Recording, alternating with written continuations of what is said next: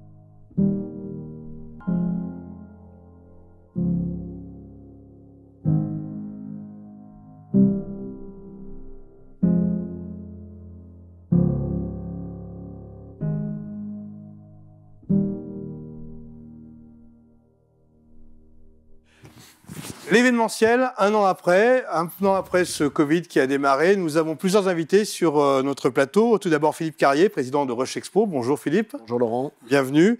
Vous êtes accompagné par Pascal Barcella, votre alter ego de Savoie, de Chambéry, Savoie Expo. Bonjour Pascal Barcella. Bonjour.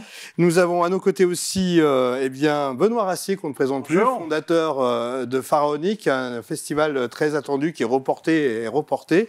On y reviendra tout à l'heure, mais vous êtes aussi bien placé dans la profession pour avoir les bons échos, puisque vous êtes entre autres au syndicat spectacle Prodis et au syndicat événementiel. On y reviendra tout à l'heure aussi. Et puis nous avons en duplex Julien Terrier. Bonjour Julien, A+ Event à La Roche. À La Roche-sur-Foron. Et vous êtes depuis 15 ans dans l'événementiel. Vous œuvrez au niveau de la technique comme au niveau de la mise en scène. On y reviendra aussi. Alors messieurs, 4 sujets. Un an après, qu'est-ce qu'on retient de cette situation compliquée? Il y aura aussi les actions que vous avez menées depuis cette année, parce que vous n'êtes pas resté sans vous tourner les pouces, j'imagine. Et puis on parlera de l'aspect financier, parce que c'est très délicat pour la profession, aussi bien pour les parcs que pour l'ensemble des acteurs. Et puis enfin, on reviendra sur le présentiel, puisque le présentiel, tout le monde attend cela avec impatience. Est-ce qu'un jour, on verra le jour? Alors, un an après, qu'est-ce qu'on retient, Philippe, de ce Covid? Bien, un an après, c'est même un peu plus qu'un an après, parce qu'on a été les premiers arrêtés, le 3 mars. Le 3 mars, on a interrompu le Simodec en plein montage. Donc, ça a été quand même une grosse claque quand même sur cet événement, parce que non seulement on parlera tout à l'heure peut-être des conséquences financières, mais tout de suite c'est des sommes engagées qui ont été réglées à nos fournisseurs au-delà de 700 000 euros. Tous les stands avaient été montés, donc vous imaginez le coût qui a été aussi généré sur l'ensemble des stands, donc ça a été quand même un coup d'arrêt. Mais j'imagine qu'on ne réalise pas sur le moment. On réalise difficilement, on s'adapte, parce que ça a été le premier confinement, ça a été... il a fallu organiser, on n'a pas vu le jour. Hein. Ensuite, on a eu de l'espoir, beaucoup d'espoir, notamment après, on est allé à la nocturne de la foire de Chambéry, et on s'est dit, on va le faire, on va faire notre Mieux Vivre Expo, donc on a annulé la foire internationale au mois de mai, parce que là, on était à la sortie du premier confinement. On y croyait, on s'est dit. On y croyait.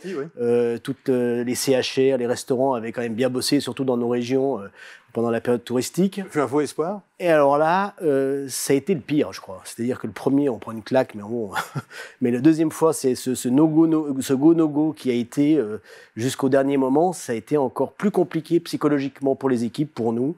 et même financièrement, puisqu'on a remis quand même tout le monde au travail, et donc on n'a pas mis les gens au chômage partiel à ce moment-là, et pour finalement tout mettre au panier, tout arrêter, rembourser.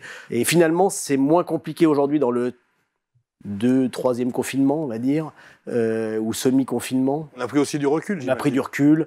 C'est plus simple à gérer. C'est plus simple finalement à gérer quand rien ne se passe que quand on ne sait pas où on va. Par contre, on s'interroge maintenant de quand est-ce qu'on va reprendre, notamment les salons professionnels.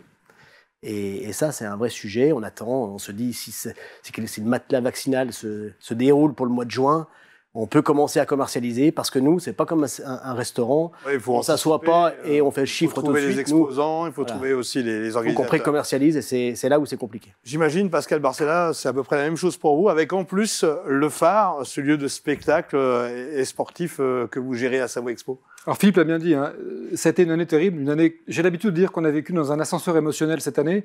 On est passé du très bas au très haut. Donc effectivement, on a commencé nous aussi par annuler notre habitat et jardin du mois d'avril, qui est aussi annulé en 2021, puisqu'on ne pourra pas le tenir. Donc on a annulé un événement avec tout ce que ça représente de remboursement, d'occupation et de préoccupation. Et puis on s'est donné comme objectif d'organiser la foire qu'on a réussi à tenir. 4 foires en France en 2020 et celle de Savoie s'est tenue. Alors, on n'est pas sur une foire internationale, on est sur une foire nationale et ça change un petit peu la donne quand même. Hein. Rogexpo a une foire juste exceptionnelle, internationale. On a une foire qui est un tout petit peu plus mesurée, mais en tous les cas, on a fait une belle foire. On a tenu notre engagement vis-à-vis de nos exposants, vis-à-vis de nos visiteurs. On a créé un lieu d'animation. On s'en est bien sorti. Je crois que la foire était un véritable succès, même si le visitorat était un petit peu en berne, mais c'est bien naturel. Et encore, tout ça est relatif. Et puis après, effectivement, septembre et dès octobre, le 23 octobre, donc nous, on avait un événement qui démarrait le samedi matin et le vendredi à 18h, on était face à nos exposants en leur disant que les portes étaient fermées dès le lendemain matin, donc il fallait qu'ils remballent ce qui venait de déballer. Donc c'était assez difficile. Hein, c'est dur moralement. C'est un vrai ascenseur émotionnel. Alors c'est un ascenseur émotionnel pour bien sûr pour nos clients, pour nos visiteurs, pour nos collaborateurs. Un commercial aujourd'hui, c'est fait pour vendre, c'est pas fait pour rembourser. Un administratif aujourd'hui, ça c'est faire des factures, faire des avoirs, c'est quand même beaucoup de boulot inutile quelque part. Donc c'est beaucoup de frustration, beaucoup d'aléas positifs, négatifs. Philippe l'a très bien dit aussi, et je pense qu'on peut en parler.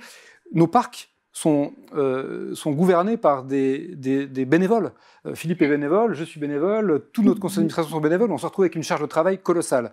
Donc cette année a été une année difficile. Une mécanique complètement déstabilisée. Une mécanique complètement déstabilisée. On peut en parler aussi, hein, de nouveaux interlocuteurs avec de nouvelles préoccupations. Quand on voit nos politiques en général, Philippe, c'est dans les inaugurations, on est content de boire le champagne ensemble, tout va bien. Là, on est obligé de se retourner vers eux pour trouver. On se sent un peu seul, c'est ce que vous voulez dire ? Pardon ? On se sent un petit peu seul, c'est ce que vous voulez dire ? Alors, on ne se sent pas systématiquement seul, mais effectivement, on se sent en tous les cas dans un rôle nouveau, qui est un rôle qui est déstabilisant pour nous. On est des gens de l'économie, on est là pour faire du positif. Si on aime ces missions dans nos parcs, c'est parce qu'on génère du positif, on génère de la joie de vivre, on génère de l'échange, on génère du présentiel, on génère de la rencontre. Je suis très attaché à ces valeurs de rencontre et nos événements, parfois on les taxe d'un peu populaires, mais ils sont d'abord des endroits de vie, des endroits de plaisir. Donc là, tout d'un coup, quand on se retrouve dans une situation où on s'adresse à des gens pour évoquer nos préoccupations, nous-mêmes, on est un petit peu affectés. Moi, ça fait 1 an qu'on ne parle que de difficultés. Bien sûr avec nos équipes, avec nos exposants, avec nos produits, parce qu'on se pose des questions. On y reviendra. Benoît, l'émotion aussi pour vous et pour vos équipes, puisque vous gérez des événements, vous en créez avec Pharaonic, qui fait partie des événements régionaux, voire nationaux, qui sont reconnus aujourd'hui en indoor. Comment vous avez vécu cette année ? Ce qui est difficile, c'est qu'on a été arrêté 15 jours avant. Donc, quand vous attendez 7000 personnes au phare et que c'est l'année où vous faites venir les DJ numéro 1 dans le monde à Chambéry. Avec un public relativement dynamique, des jeunes. Dynamique jeune, et qu'on se retrouve en effet 15 jours avant arrêté, ça a été extrêmement dur à faire. Enfin, dur à vivre. Après, voilà, on a eu tous nos événements aussi d'entreprise forcément qui ont été arrêtés.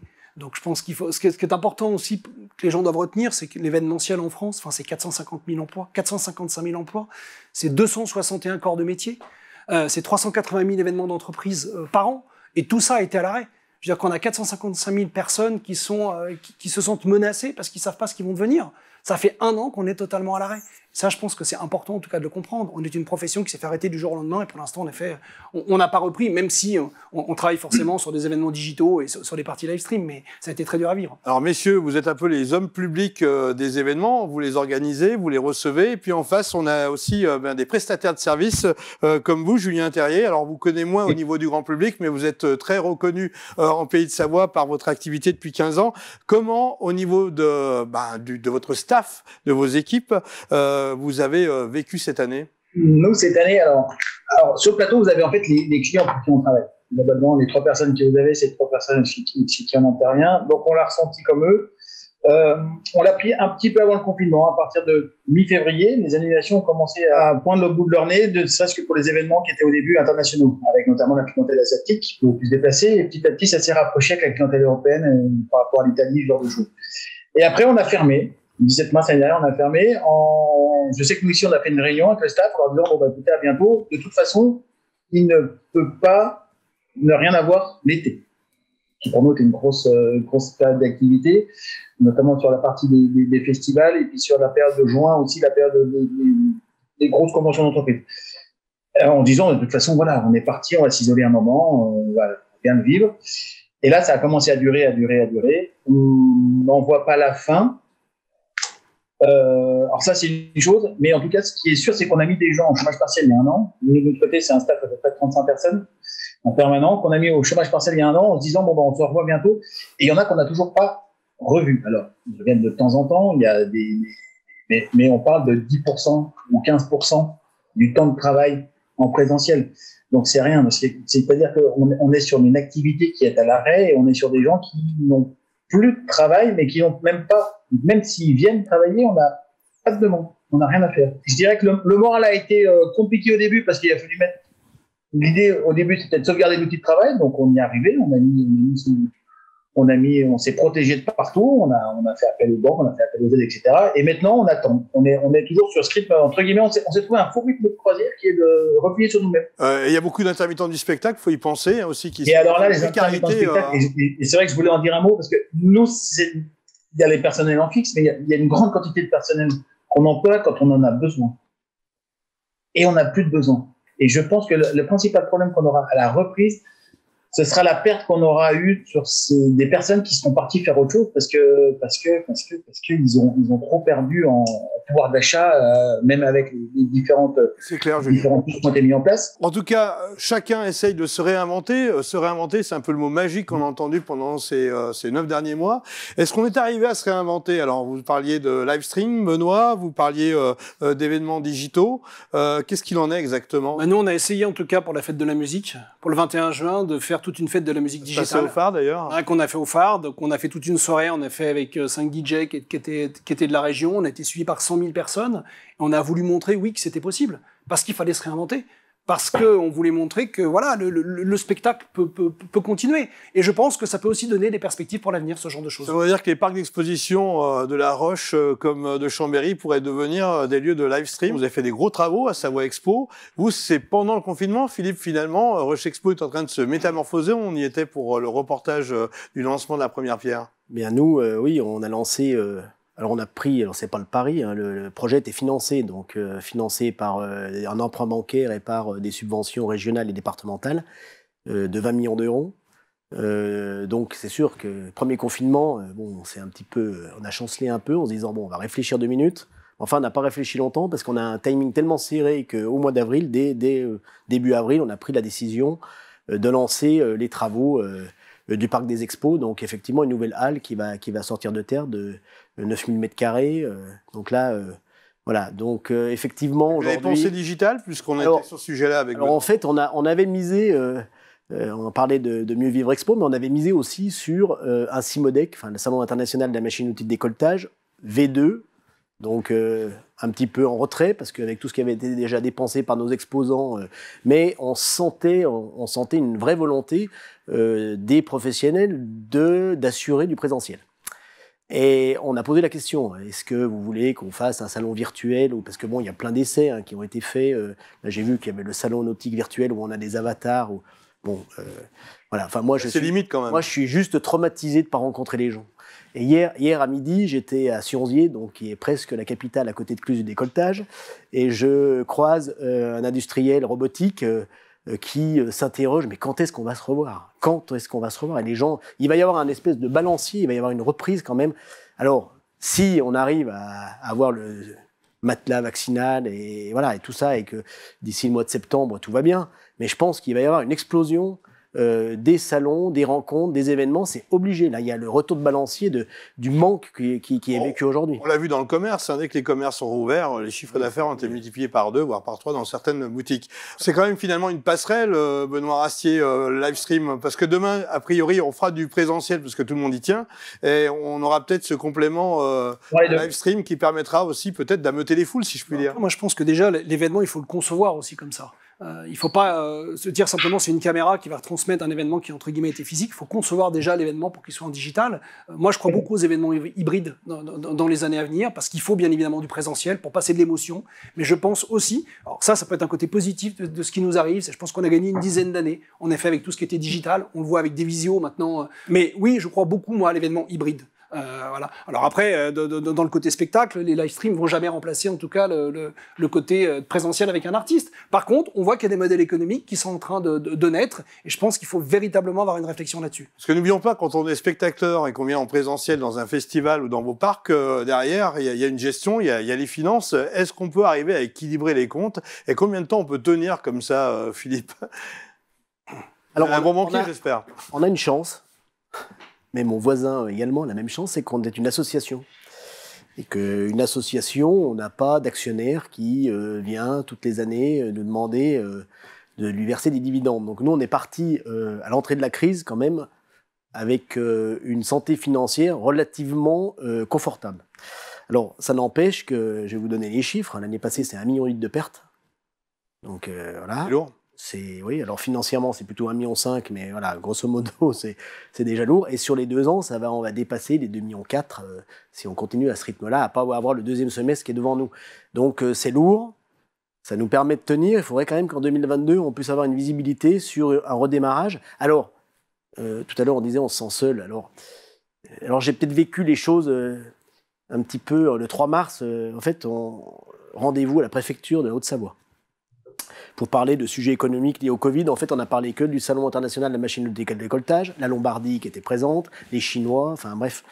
Donc tout ce qui allait bien, tout ce qui allait bien, qu'il fallait qu'on n'ait pas d'ailleurs sur le parc, donc il fallait que les monteurs ils arrivent d'Allemagne et pas de Lombardie. Enfin voilà, ça c'était le vendredi et puis le lundi ça commençant quand même les choses évoluer à une vitesse comme on n'avait jamais vu, hein, enfin, jour après jour, ça a évolué. Le mardi je me retrouve donc à la préfecture de Haute-Savoie et là tout le monde économique était aussi derrière moi, hein, donc c'était et la préfecture nous a suivis à annuler le salon. C'était super important parce qu'au-delà de l'annulation, il y a un sujet juridique, hein, c'est-à-dire qu'annuler comme ça un salon qui est déjà en montage avec des pertes pour les exposants énormes, si on n'avait pas eu l'accompagnement de la préfecture de la Haute-Savoie, on n'aurait pas pu l'annuler. Et on était pris un peu dans un étau.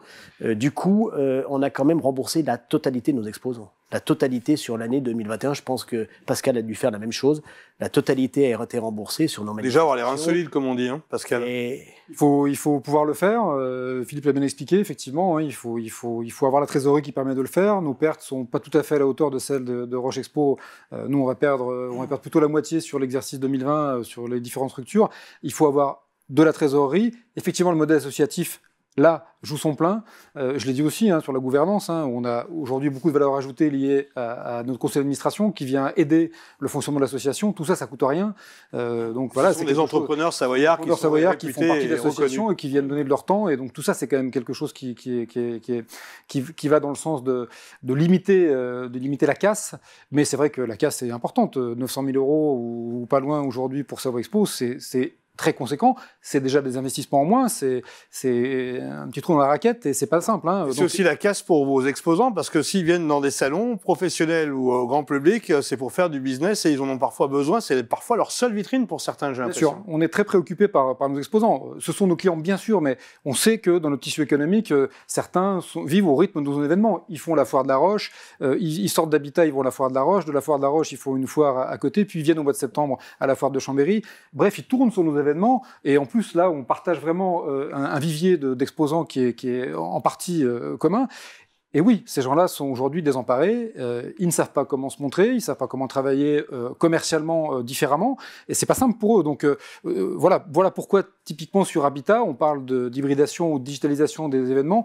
On ne fera pas Habitat, mais on va faire un certain nombre de choses pour nos exposants, notamment un catalogue virtuel de nos exposants avec des présentations. On va faire des plateaux qui vont mettre en valeur des filières qui sont celles qui sont présentes sur notre salon pour donner vie et pour leur donner quelque part un peu de visibilité. C'est pas se faire oublier finalement, ne pas se faire oublier, Philippe, aussi. Nous, avant la Foire internationale, on va aussi avoir une action aussi de communication auprès de nos exposants pour un peu faire une ouverture virtuelle, dans tous les cas, symbolique, dans tous les cas, sur l'événement.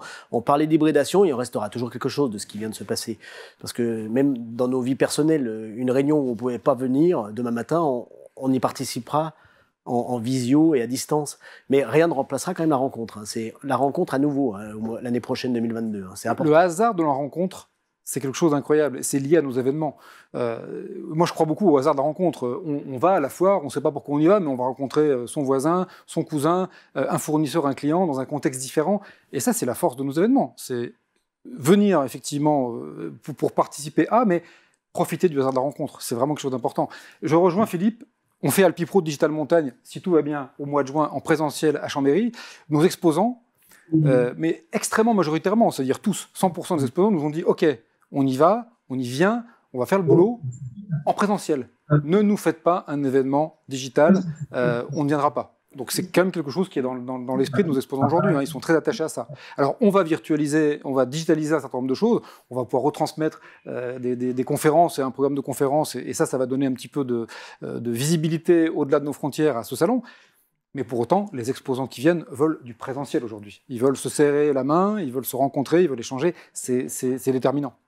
Tout comme les festivaliers, j'imagine qu'ils veulent du présentiel, mais on pourra aussi commercialiser du digital. L'équilibre va se faire comme cela au fur et à mesure. Je pense qu'on peut trouver certains modèles. On l'a vu avec certains artistes, notamment, qui ont développé ça. Je pense à Matt Pokora, qui a développé, on a fait tout un concert qui était à la scène musicale à Paris. Il y a eu 30 000 billets qui ont été vendus. Je pense que oui, dans les années à venir, c'est quelque chose qu'on peut tout à fait développer. Maintenant, ce qu'on veut vivre, c'est vrai que c'est de l'émotion. Et vivre ce côté, en effet, en physique. Alors, ce qui est très différent, je rebondis juste ce que dit Benoît, parce que c'est intéressant. Ce qui est intéressant, c'est que là, on a un artiste qui se produit devant 30 000 personnes. Nous, sur notre foire, on a 400 artistes. C'est les 400 exposants qui sont là. Et là, on ne peut pas mettre en valeur sous une forme digitale 400 artistes. Donc c'est là où le modèle est très différent. On a vu s'installer de nouveaux modes de consommation liés au Covid. Aujourd'hui, on consomme beaucoup plus local. On a pris conscience des circuits courts et de la proximité. Pourquoi ne pas le faire sur nos artistes ? Moi, je peux vous dire que sur la foire de Savoie 2021, on va exclusivement faire venir des artistes de proximité.